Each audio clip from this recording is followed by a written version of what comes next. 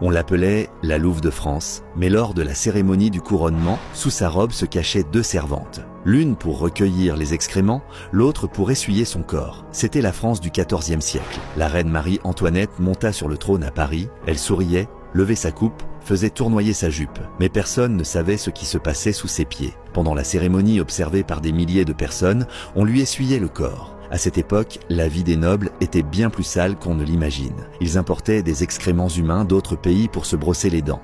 Les couverts étaient rouillés et pleins de bactéries. Les rois, en recevant les ministres, se faisaient administrer des lavements en public. Le palais de Versailles semblait doré et somptueux, mais en réalité, c'était une immense fosse à ciel ouvert. Plus de 30 000 personnes y vivaient, mais il n'y avait que 29 salles de bain. La saleté s'étendait dans chaque recoin. Craignant les maladies contagieuses, la reine ordonna de fermer les salles de bain. Le résultat fut encore pire. Les dames portaient d'immenses paniers sous leurs robes, sans sous-vêtements. Elles faisaient leurs besoins dans l'ombre des couloirs, puis jetaient les eaux sales directement dans la Seine. Des siècles plus tard, ce fleuve s'assécha, devenant une rue de Paris.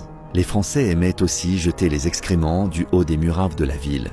Mais quand la guerre éclata, les ennemis utilisèrent ces tas de fientes amoncelées pour grimper sur les murs. Alors, quand tu vois ces palais dorés et ces parfums, n'oublie pas, ce ne sont que des illusions masquant l'odeur de la merde.